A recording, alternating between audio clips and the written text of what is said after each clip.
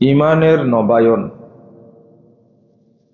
এই বিষয়টি নিয়ে খুতবায় আলোচনা করব ইনশাআল্লাহ। ওমা তাওফীকি ইল্লা বিল্লাহ আলাইহি তাওয়াক্কালতু ওয়া ইলাইহি উনীব।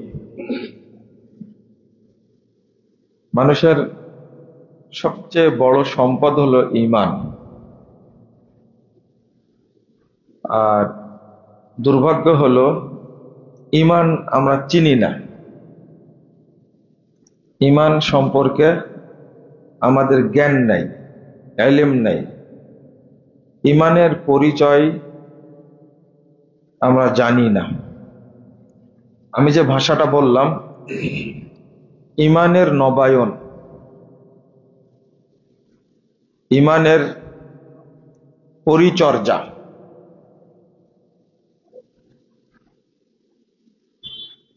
আমরা অনেক মানুষ আছি দেহ পবিত্র কিন্তু অন্তরটা অপবিত্র। যদি এমনটা হয় যে আমার দেহ পোশাক পবিত্র আর অন্তরটা অপবিত্র, তাহলে এই ব্যক্তির কোনো ইবাদত আল্লাহর কাছে কবুল হবে না। আমরা বর্তমান পারিপার্শ্বিক অবস্থা অনুযায়ী যদি উদাহরণ দেই তাহলে বোঝা যাবে আমাদের ভিতরে ঈমান এখনো আসেইনি, ঈমান ভিতরে ঢোকেইনি। আমরা আলোচনা করি বেশিরভাগ ঈমান নষ্টের কারণ, ঈমান নষ্টের কারণ, ঈমান ভঙ্গের কারণ। আর আমি বলি ঈমান থাকলেই তো ভাঙবে, তাই না? ঈমান আছে এটা আগে প্রমাণ করতে হবে, তারপরে ভাঙ্গার প্রসঙ্গ আসবে। আমি যতটুকু যাচাই করে দেখেছি যে আমাদের মধ্যে এখনো ঈমান আসেইনি। যেমন যে কোনোদিন ওযু করেনি, তার ওযু ভাঙ্গার সম্ভাবনা আছে? আপনারা বলেন। যে 50 বছর ওযুই করেনি, আপনি কি বলবেন তার ওযু ভেঙে গেছে? আমাদের অবস্থাটা কিছুটা এইরকম।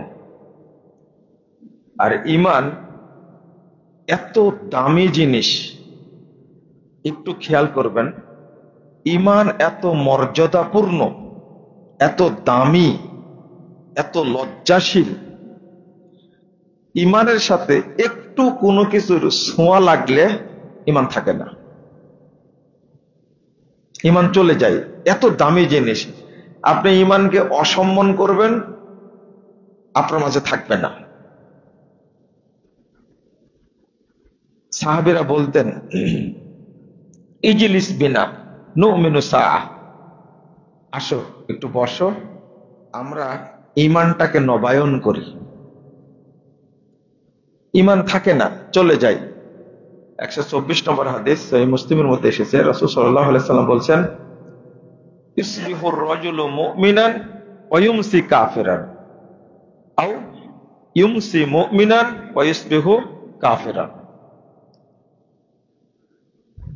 মানুষ সকাল করে মুমিন হয়ে বিকাল হতে হতে কাফের হয়ে যায়, আবার অথবা বিকাল করে মুমিন হয়ে সকাল হতে হতে কি হয়ে যায়? কাফের হয়ে যায়। এটা তো অনেক সময় পাওয়া গেল, সকাল বিকাল অনেক সময় না, তো কিছুক্ষণ থাকে। আর একটা হাদিস আসছে লাকলবু ইবনে আদম আশাদ্দু ইনকিলাবাম মিনাল কিদর, ঈমান এত দ্রুত পালায় যায়। যেমন মহিলারা যখন ভাত রান্না করে, ভাতে বলক উঠে না, 1 সেকেন্ডে কয়টা উঠে আপনারা তো কখনো গুনতে পারেন না, গুনে দেখবেন, আপনি পারবেন না। ভিডিও করে গুনবেন যে 1 সেকেন্ডে কতবার উঠলো। যদি আপনি গুনতে পারতেন তাহলে আল্লাহ রাসূল এই উদাহরণ দিতেন না। এর চেয়েও বেশি ঈমান দ্রুত পরিবর্তনশীল। আসাদ্দু ইনকিলাবাম মিনাল কিদর। ঈমান থাকে না। ধরেন এই যে এসেছেন মসজিদে, আপনার ঈমান নাই, এই মসজিদে আসা, সালাত আদায় করা আল্লাহর কাছে কবুল হবে একটা। এই জন্য আমরা সিয়াম পালন করছি ঈমানহীন। ঈমানহীন সিয়াম পালন করা আর ওযুবিহীন তাহাজ্জুদ পড়া একই। একজন মানুষ বলেন যে ওযু না করে তাহাজ্জুদ পড়লে কবুল হবে, হবে? জুমা পড়লে কবুল হবে?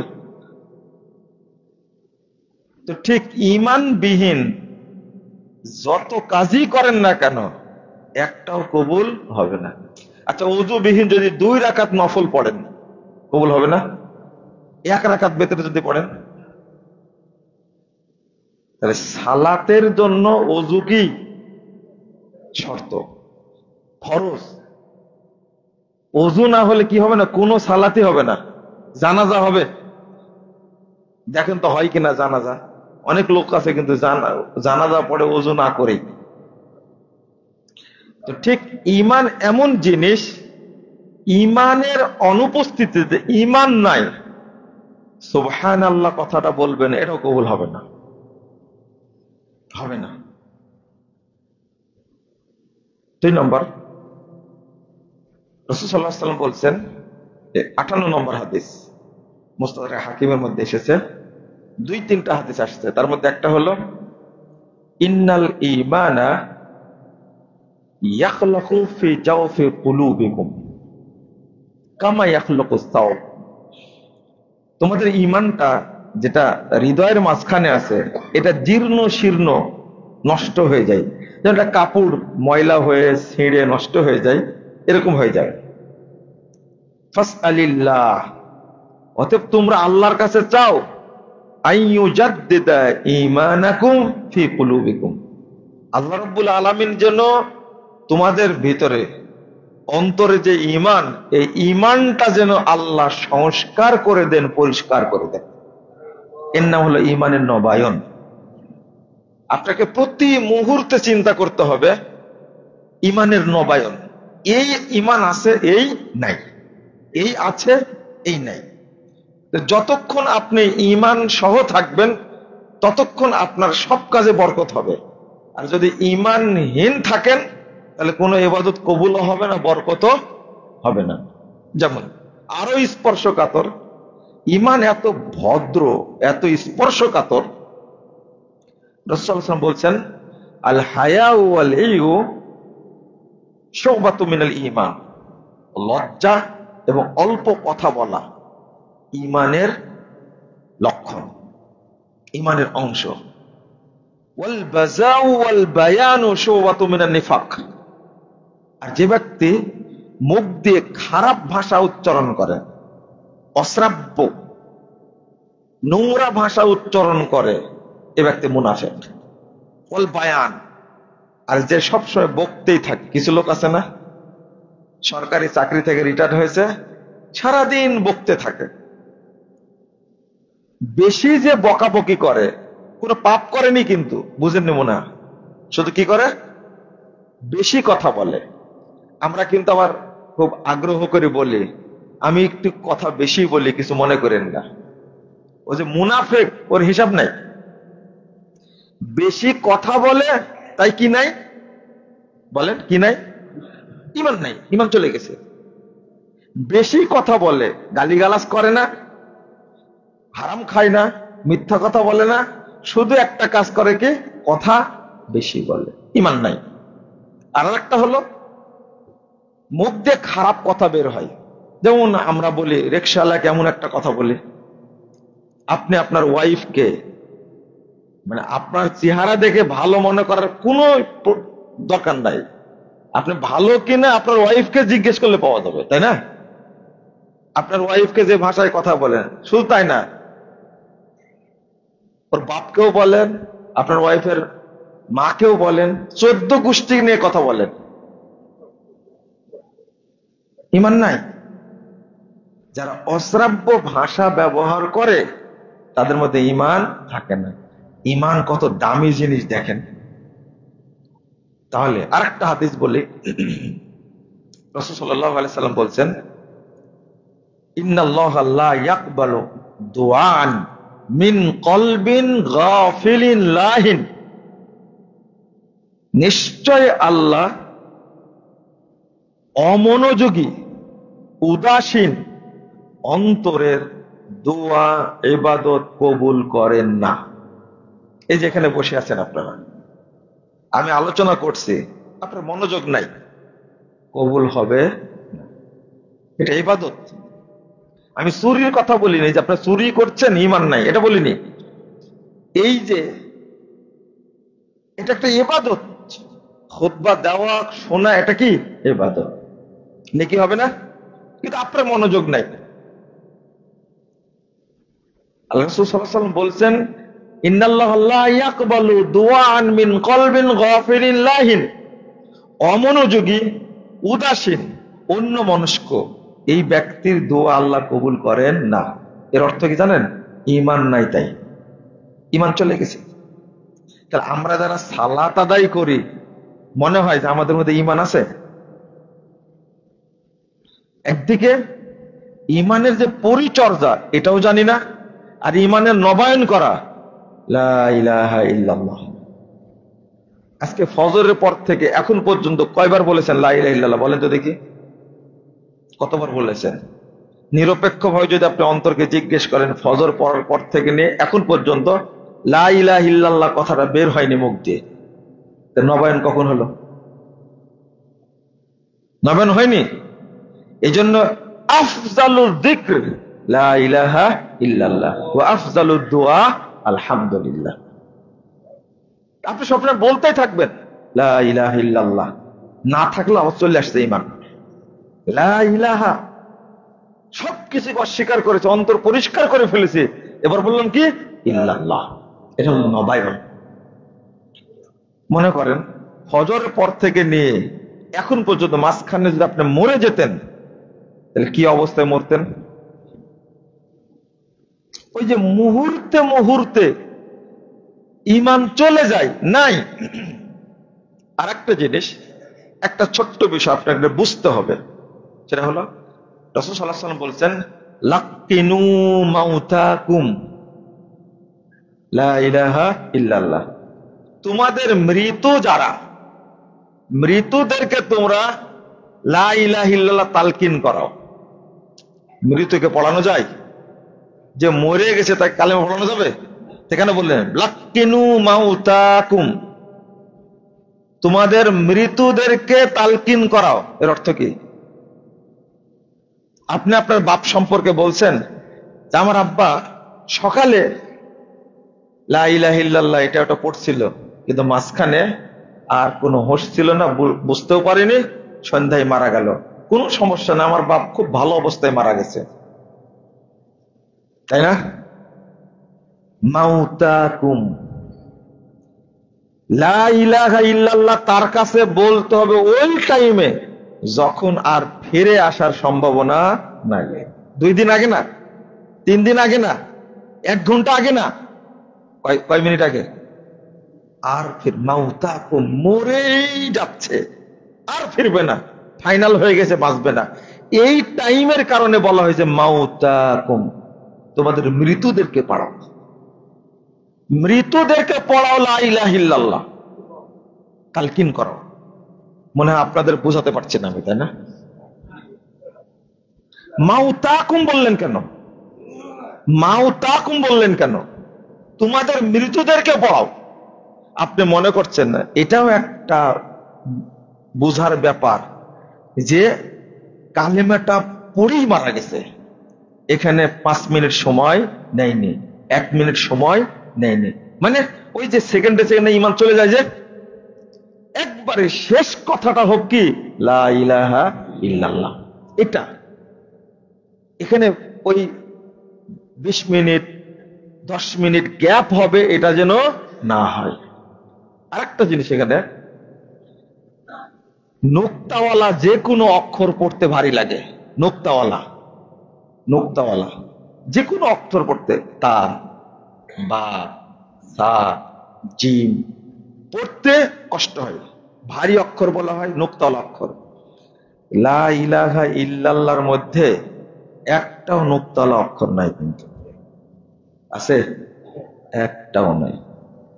কেউ যদি কিছু বলতেও না পারে, শুধু তার লিসান জিহ্বাটা যদি একটু ঘুরায় বলতে পারে লা ইলাহা ইল্লাল্লাহ, জান্নাতে চলে যাবে ইনশাআল্লাহ। ঈমান নবায়ন করে ফেলেছে, ঈমান নবায়ন করে ফেলেছে।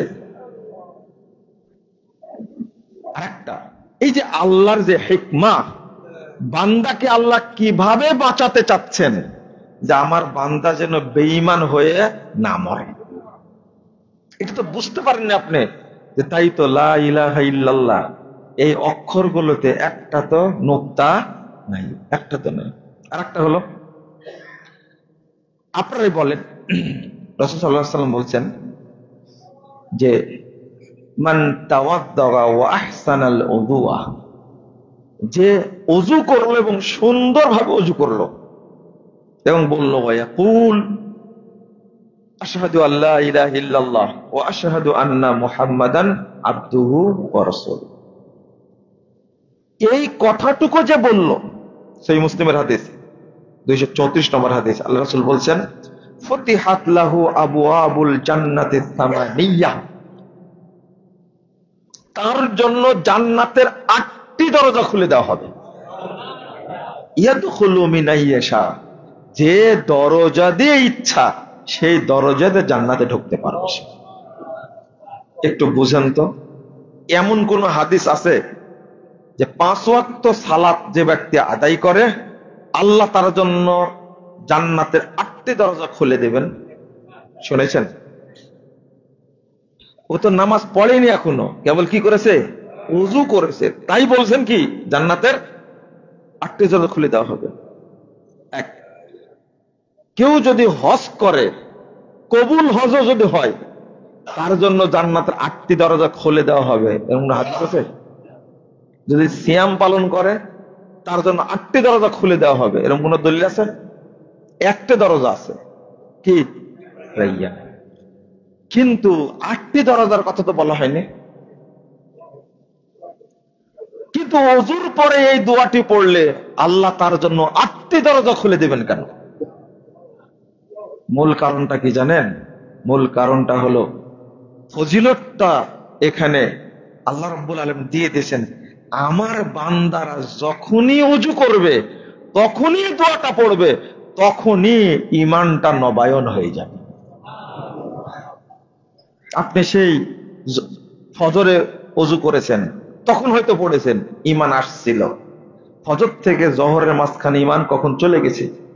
যখন আপনি জোহরের জন্য ওযু করলেন আর দোয়াটা পড়লেন, তখন অটো ঈমানটা আবার চলে আসলো।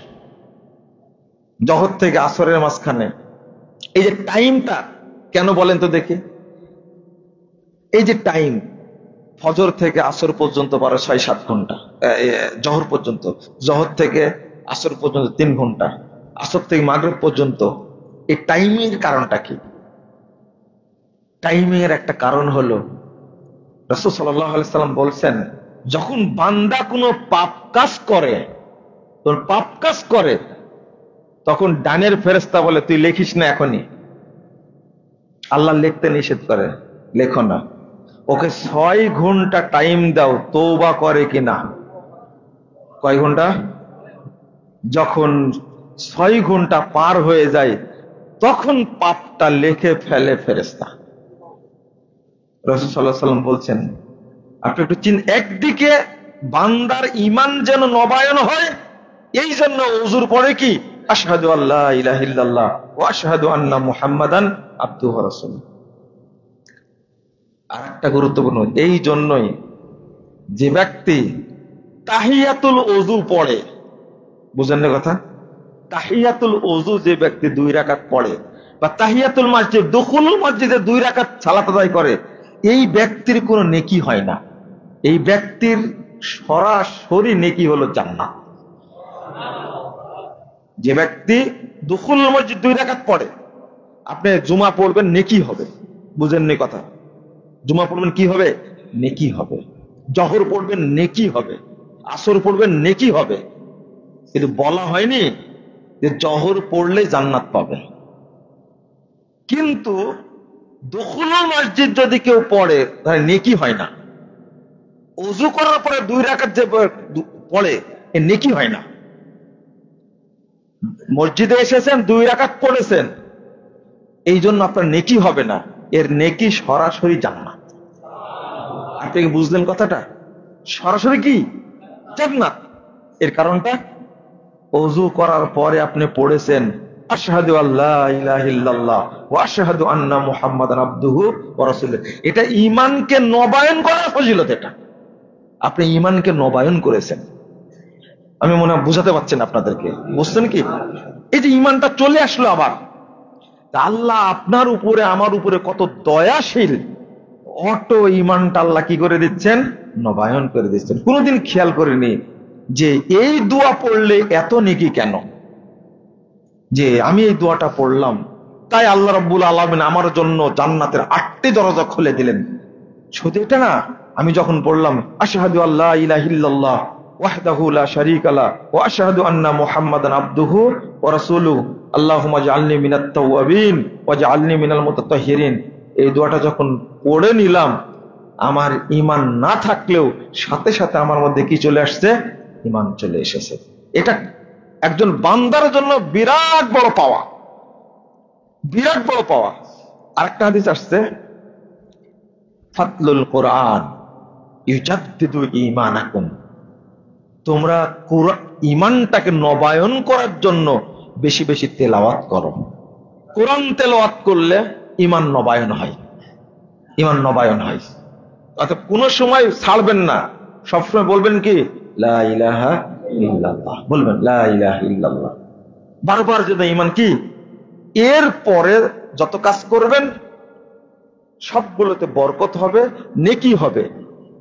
আপনার অ্যাকাউন্ট নাই, টাকা জমা হবে না, বুঝতেন কথা? এখন তো সবার বিকাশ আছে, তাই না? যার নাম্বারে বিকাশ নাই, ওই নাম্বারে টাকা পাঠালে আপনি পাবেন। আর অ্যাকাউন্ট খোলা আছে কিন্তু নাম্বারটা ভুল আছে, মাত্র একটা সংখ্যা ভুল আছে। কয়টা? একটা সংখ্যা ভুল আছে, আপনার ওই অ্যাকাউন্টে টাকা জমা হবে? আকীদা থাকতে হবে, আকীদা শুদ্ধ হতে হবে। বাংলাদেশের মানুষের আকীদা শুদ্ধ না অশুদ্ধ? আমাদের এই যে গতদিনে দুর্গা পূজা গেল, তো দেখে মনে হলো যে বাংলাদেশের অধিকাংশ মানুষই কি মুশরিক, তাই না? টুপি আলাও মুশরিক, দাড়ি আলাও কি মুশরিক, পাঞ্জাবি আলাও কি মুশরিক। ঈমানের কি অবস্থা চিন্তা করেন। আল্লাহ শব্দটা, নামটা আপনার জন্য উচ্চারণ করা হারাম যদি আপনার ভিতরে শিরকি কর্মকাণ্ড থাকে। আল্লাহ এত মর্যাদাবান, আল্লাহর নামটা। কিন্তু পূজা মণ্ডপে গিয়ে বলছে আল্লাহর শুকরিয়া আদায় করছি যে আমরা সবাই মিলে পূজা উদযাপন করতে পারছি। বলছে আলহামদুলিল্লাহ। আস্তাগফিরুল্লাহ, আস্তাগফিরুল্লাহ, আস্তাগফিরুল্লাহ। আমরা ঈমানের উপরে আলোচনা করলে আপনাদের সহ্য হয় না। আর বেনামাজিরা কি বলে? নামাজ না পড়লেও ঈমান ঠিক আছে। কি বলে না? বেনামাজিরা বলে তো নামাজ না পড়লে কি ঈমান ঠিক আছে। আস্তাগফিরুল্লাহ। রাসূল সাল্লাল্লাহু আলাইহি ওয়াসাল্লাম বলেন বাইনাল আবদি ওয়া শিরকি ওয়াল ঈমানে আস-সালাহ। ঈমান আর কুফরের মাঝে পার্থক্য কি? সালাত। তাহলে যে ব্যক্তি সালাত নাই তার কি নাই? ঈমান নাই। রাসূল সাল্লাল্লাহু আলাইহি ওয়াসাল্লাম নিজে বলছেন যে ব্যক্তির সালাত নাই তার কি নাই? ঈমান নাই। কিন্তু বেনামাজি দাবি করছে কি কে সালাত না পড়লে ঈমান ঠিক আছে। তা বলে কি ঠিক আছে? ঈমান আছে এটা বলে না, ঈমান ঠিক আছে। নামাজ না পড়লে ঈমান ঠিক আছে। এ হলো ডবল কাফের। এক, সে সালাতকে ব্যঙ্গ করেছে এই জন্য কাফের। আর 2 নম্বর, ইমানদার দাবি করেছে, ইমানের ইজ্জত নষ্ট করেছে, তাই না? আস্তাগফিরুল্লাহ। অথচ যে নামাজ পড়ে না সারা বছর না, এক ওয়াক্ত যদি সালাত কেউ ছেড়ে দেয়, এক ওয়াক্ত যদি কেউ সালাত না পড়ে, সে কাফের। সে কি হয়ে যায়? কাফের হয়ে যায়। শুধু তাই না, নামাজ পড়ে কিন্তু হাত্তা ইয়াদখুলা ওয়াক্তান ফি ওয়াক্তিন, একটা ওয়াক্তের সালাত আর একটা ওয়াক্তে ঢুকে গেছে, ফাহুয়া কাফের। সেটা কি? কাফের। আসরের সালাতের টাইম হবে 3টা 8-এ। কত? 3টা 8-এ আসর। আপনি জহর পড়েননি, জহর আপনি পড়েননি ইচ্ছা করে, এখন 3টা 8 বেজে গেছে, আপনি কি? কাফের। আপনাকে আবার ইসলাম গ্রহণ করা লাগবে, আবার ইসলাম গ্রহণ। আর আপনার জহর নাই, এখন যদি আসর পড়তে চান ইসলাম গ্রহণ করে তারপরে আপনি আসর পড়বেন, জহর আর নাই। লা হাওলা ওয়ালা কুওয়াতা ইল্লা বিল্লাহ। মাসালা এইটা। আর সারা বছর পড়ে না, শুধু ঈদ আর কি পড়ে? 2 ঈদ পড়ে, ঈদুল আজহা, ঈদুল ফিতর পড়ে, তাই বলে আমি মুসলমান। আর জুমার সালাত পড়ে, শুধু জুমা পড়ে, সারা সপ্তাহ পড়ে না, ও নাকি মুসলমান, তাই না? এই লোকের জানাজা দেওয়া যাবে না। জানাজা তো পরে, ওকে গোসল করানো হারাম। কোন ব্যক্তি গোসল দিতে পারবে না, আপনার বাপ হলেও, আপনার মা হলেও ওকে গোসল দেওয়া যাবে না। ঈমান অত সহজ না। যার সালাত নাই তার কি নাই? এটা মূলনীতি বললাম, বুঝেননি তাই না? এটা মূলনীতি। যার সালাত নাই তার কি নাই? ঈমান নাই। তো ওই লোকটাকে আপনি গোসল করবেন কি করে?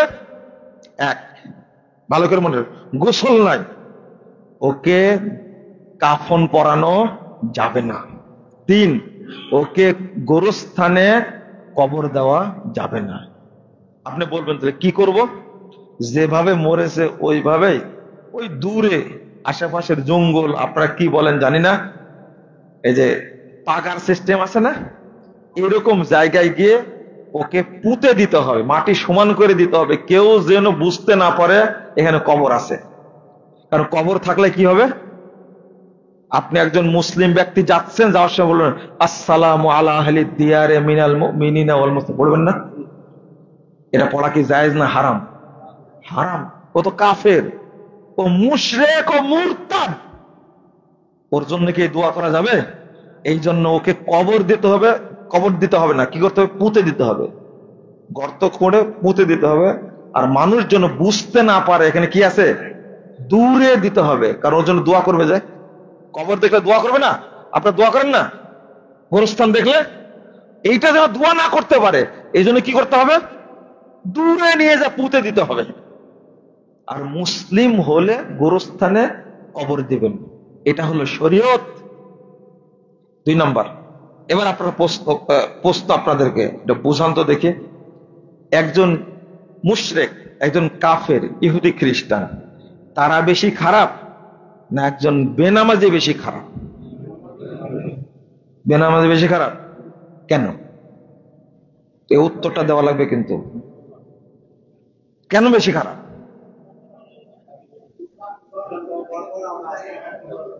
এ উত্তর হলো না, উত্তরটা কানে দিয়ে রাখেন। ইহুদি খ্রিস্টান মুশরিক কাফের, তাদেরকে হত্যা করা কি ফরজ? ফরজ না। একজন মুশরিক পূজা করছে, করুক, তার অধিকার আছে। কিন্তু বেনামাজিকে হত্যা করা কি ফরজ?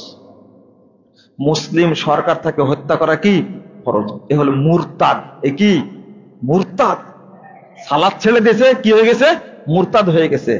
কিন্তু ইহুদি খ্রিস্টান কি মুরতাদ না, অরিজিনাল কাফের।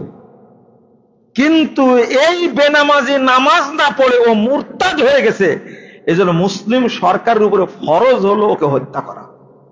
কোন কোন ইমাম বলছে 3 দিন টাইম দিতে হবে। মজার ব্যাপার কি জানেন, যারা বেনামাজি তাদেরকে হত্যা করতে হবে, এ ব্যাপারে আলেমদের মাঝে, ইমামদের মাঝে, সাহাবীদের মাঝে কোনো ইখতিলাফ নাই, কোনো ইখতিলাফ নাই। ইখতিলাফ কি বিষয় আছে জানেন? ইখতিলাফ হলো হত্যার পরে ওর জানাজা হবে কি হবে না, এই নিয়ে ইখতিলাফ আছে, কিন্তু হত্যা করতে হবে আগে। বুঝলেন না মনে হয় কথাটা? বেনামাজিকে হত্যা করতে হবে এটা ফরজ, এখানে কোনো ইখতিলাফ নাই। ইখতিলাফ শুধু কি, হজ যেহেতু জারি হয়ে গেছে, এখন ওকে জানাজা পড়া হবে কি হবে না। যারা পাকাপোক্ত ইমাম তারা বলছেন ওর কি জানাজা যাবে না।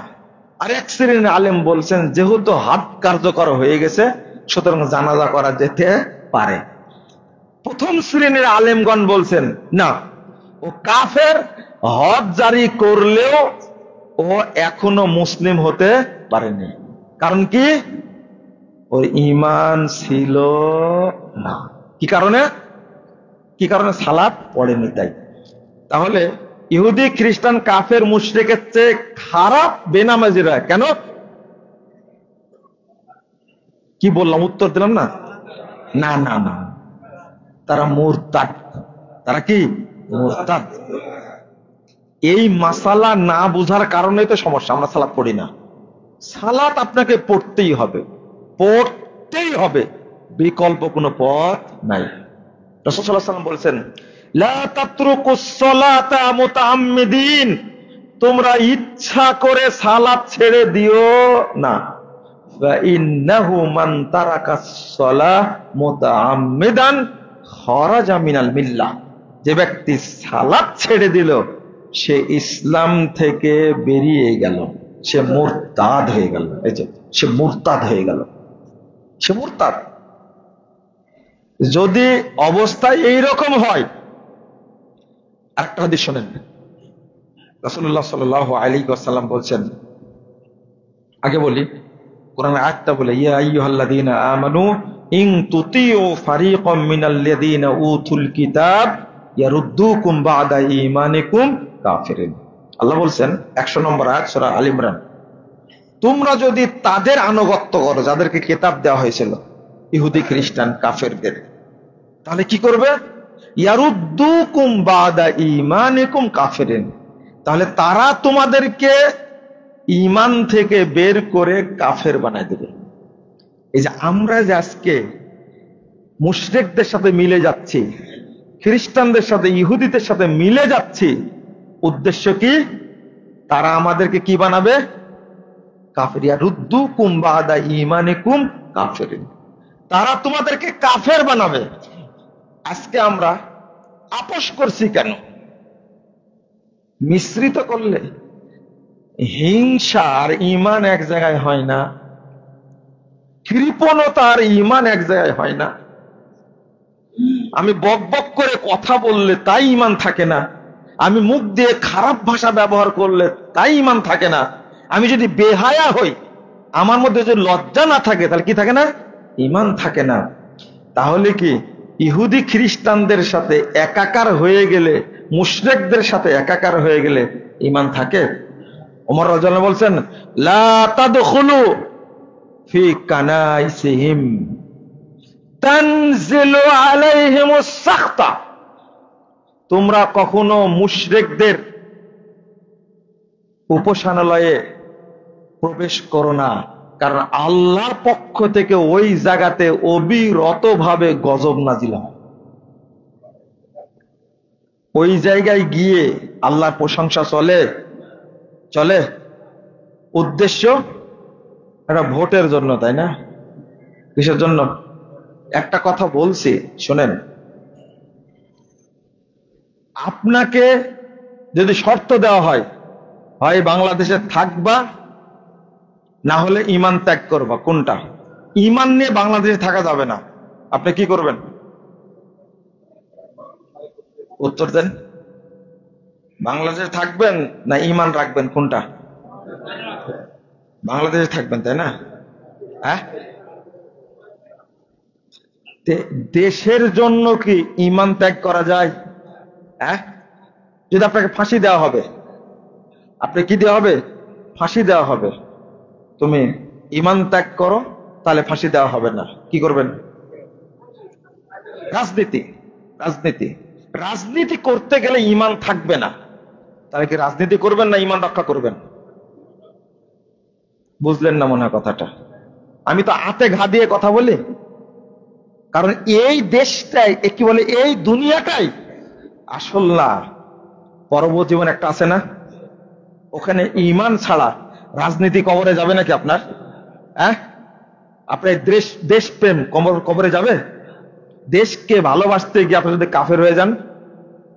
এই জন্য মেয়র হানিফ সাহেব একটা কথা বলেছিলেন সাক্ষাৎকারে, অনেকদিন আগের কথা, বলছেন না, আমি আগে মুসলমান তারপরে বাংলাদেশি। ইনকালাবে সাক্ষাৎকার দিয়েছেন। রাজনীতিবিদরা আগে ঈমান বিক্রি করে, আগে ঈমান বিক্রি করে, ঈমান থাক চায় না দেখার বিষয় না, আমি আগে দুর্নীতি করি, আমি আগে হারাম খাই।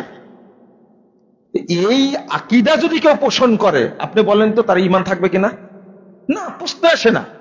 ইহুদি খ্রিস্টানরা চাচ্ছে, মনে করেন আপনি আপনার বাচ্চার জন্মদিন পালন করবেন, জন্মদিন পালন করে আপনার বাচ্চার জন্মদিন পালন করলে, মৃত্যুদিন পালন করলেন আপনার বাবার, ধরেন আপনি 21শে ফেব্রুয়ারি পালন করবেন, 16ই ডিসেম্বর, তারপরে কি 26শে মার্চ পালন করবেন। করতে গিয়ে যদি আপনাকে কবরে যেতে হয় ফুল দিতে, যদি এই খাম্বার কাছে যে ফুল দিতে যেতে হয়, আপনার ঈমান থাকবে না থাকবে না?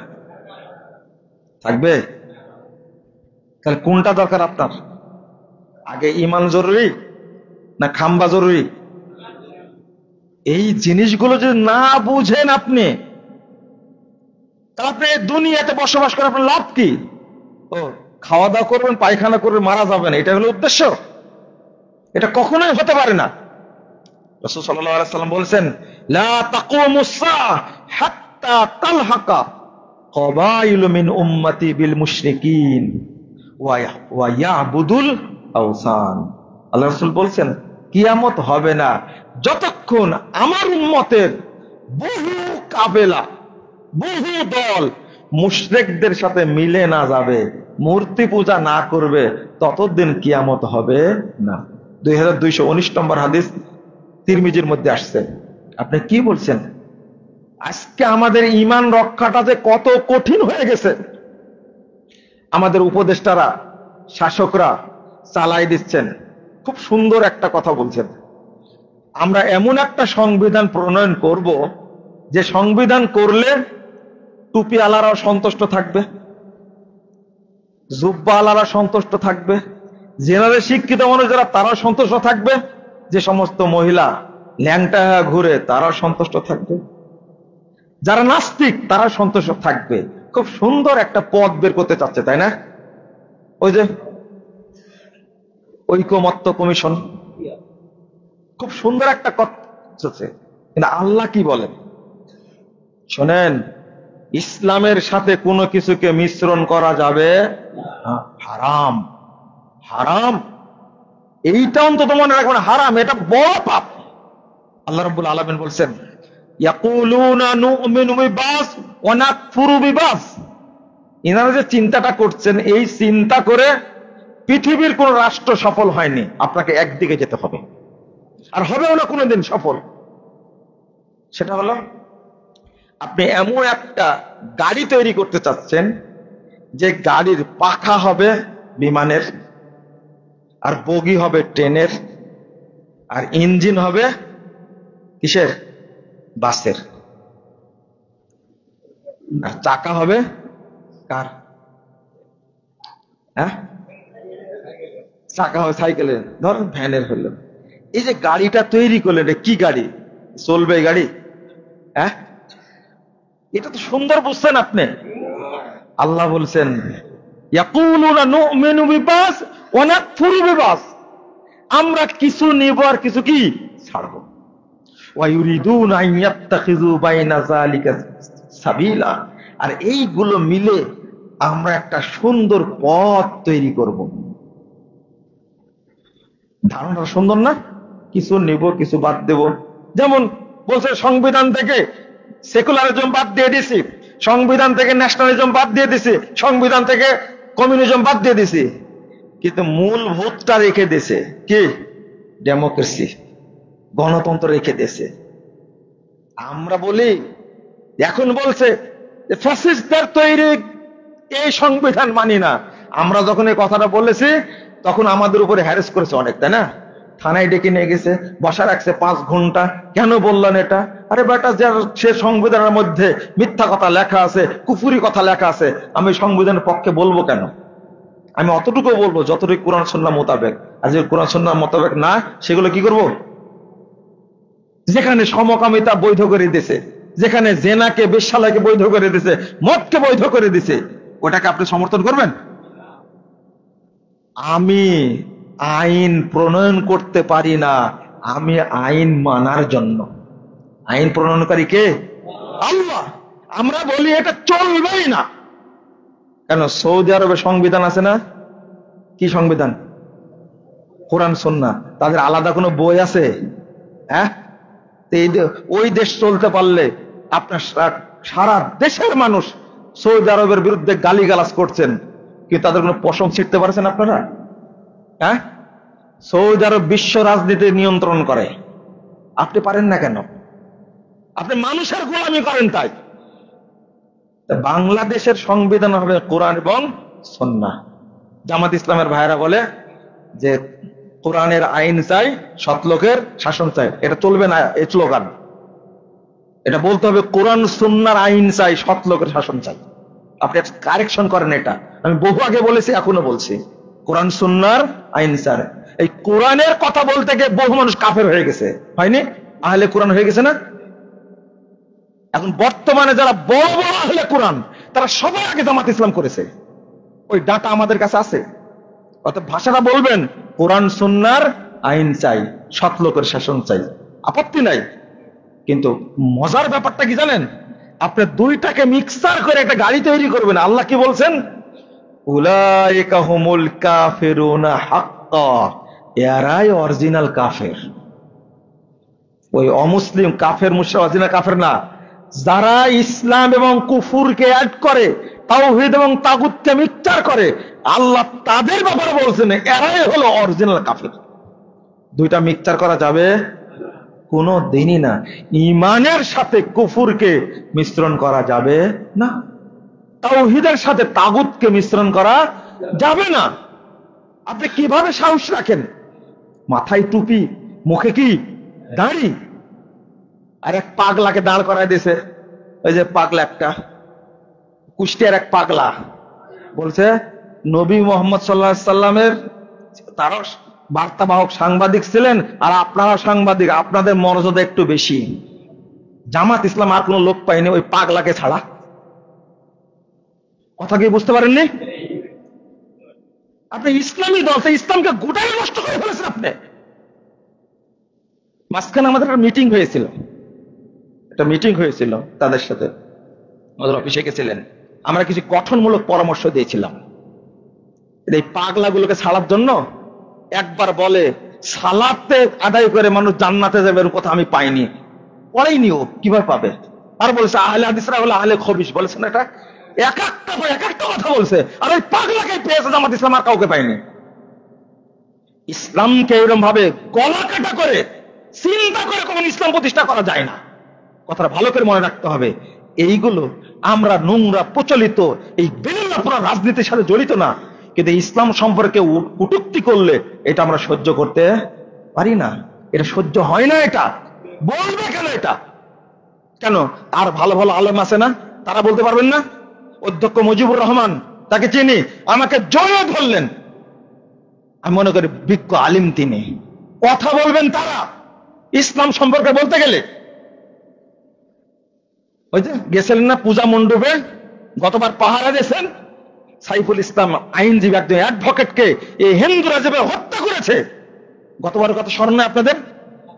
তাহলে আপনি কার সাথে বন্ধুতালি করতে চান? আজকে বাংলাদেশটাকে এই ধ্বংসের দ্বার প্রান্তে নিয়ে গেছে এই হিন্দুত্ববাদী কসাই মোদির কারণে। এটা জানেন না সবাই আপনারা? বাংলাদেশের অবস্থাটা এই পর্যায়ে গিয়ে যাওয়ার কারণটা কি? একটা বিশাল শক্তিশালী রাষ্ট্র, 3 রাষ্ট্রের একটা রাষ্ট্র যদি ছোট্ট রাষ্ট্রকে চেপে ধরে, এই রাষ্ট্রের কিছু করণীয় থাকবে? বন্ধুরা আমার, ইসলামের বাস্তব রূপটা আপনি সঠিকভাবে তুলে দেওয়ার চেষ্টা করেন, তুলে ধরার চেষ্টা করেন, মানুষ যেন সেটা বুঝতে পারে, মানুষ যেন হকটা আমল করতে পারে। আমার আগে চিন্তা করতে হবে আমি ঈমান নিয়ে মরতে পারবো কিনা, আমি যেন মুশরিকদের সাথে মিশে না যাই, আমি যেন কাফেরদের সাথে মিশে না যাই, এই চিন্তাটা আগে করতে হবে। আমি মনে করি প্রথম দাবি থাকবে আপনাদের প্রতি, 1 নম্বর, ঈমানটাকে ফ্রেশ রাখবেন, সব কিছু থেকে হেফাজত করবেন ইনশাআল্লাহ। আল্লাহকে চাইবেন, আল্লাহ তুমি আমার ঈমানের হেফাজত করো। বলতে পারবেন না?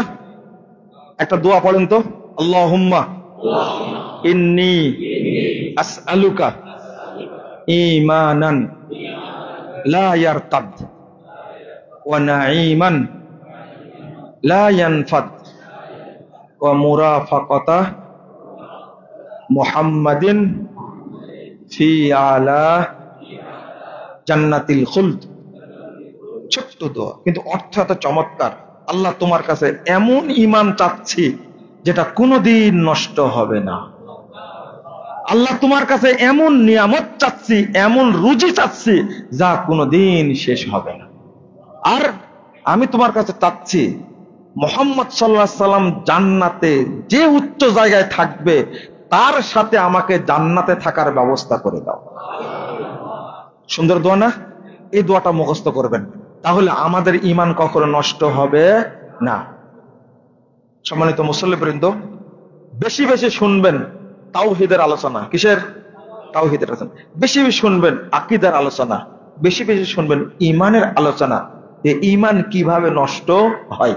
শেষ কথা বলে শেষ করে দিই, সেটা হলো, মনে করেন একটা উদাহরণ, আপনার দেহে তাবিজ আছে, এখন বয়স 70 বছর। আচ্ছা বলেন তো, আপনার কোনো আমল কবুল হয়েছে কিনা? কেন কবুল হয়নি?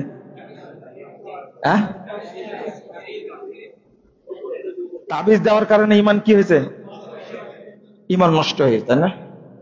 এটা এতক্ষণ বক্তব্য দিয়ে কি লাভ হলো? তাবিজ দেওয়ার কারণে ঈমান নষ্ট হয়ে গেছে, ঈমান চলে গেছে। ঈমান কি ছিল? তো নষ্ট হলে কি করে? ওয়াজ এতক্ষণ যেটা করলাম উল্টা হয়ে গেল। এখানে 70 বছর বয়সে যার দেহে তাবিজ আছে তার ভিতরে কোনোদিন ঈমান ঢোকেই।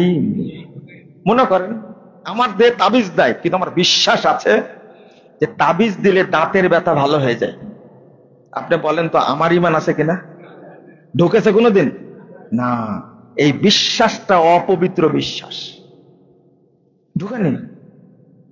80 বছর বয়সে বাপ মারা গেছে, গোসল দিতে গিয়ে দেখছেন তাবিজ। বলেন তো এ লোক কি ঈমান হারা মারা গেছে, কোনোদিন ঈমান ভিতরে ঢুকে নাই। 10 বার হজ করেছে, 15 বার উমরা করেছে, এরপরও সে কি মুশরিক, এরপরে সে কি মুশরিক অবস্থায় মারা গেছে। এর নাম হলো ঈমান। যদি কারো বিশ্বাসে ত্রুটি থাকে তাহলে বাড়ির উপর দিয়ে ঈমান যাবে না, কথাটা মনে রাখবেন। ঈমান এইরকম জিনিস। কত শিরকি বিশ্বাস আমরা লালন করি। আপনাদের মা বোনদের মধ্যে বিশ্বাস আছে জোড়া কলা খালে কি ডবল বাচ্চা হয়, আর যার বাচ্চা হচ্ছে না তাকে আপনার জয়পুর হাটে সব জোড়া কলা খাওয়ান দেখা হয় কিনা দেখেন তো।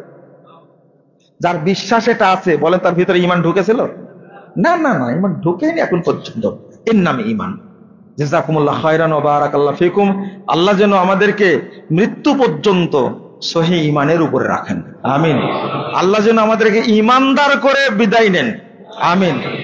আল্লাহ যেন আমাদেরকে জান্নাতুল ফেরদাউসের মেহমান হিসাবে কবুল করে নেন, আমিন। বারাকাল্লাহু ফিকুম ওয়া জাযাকুমুল্লাহ খায়রান।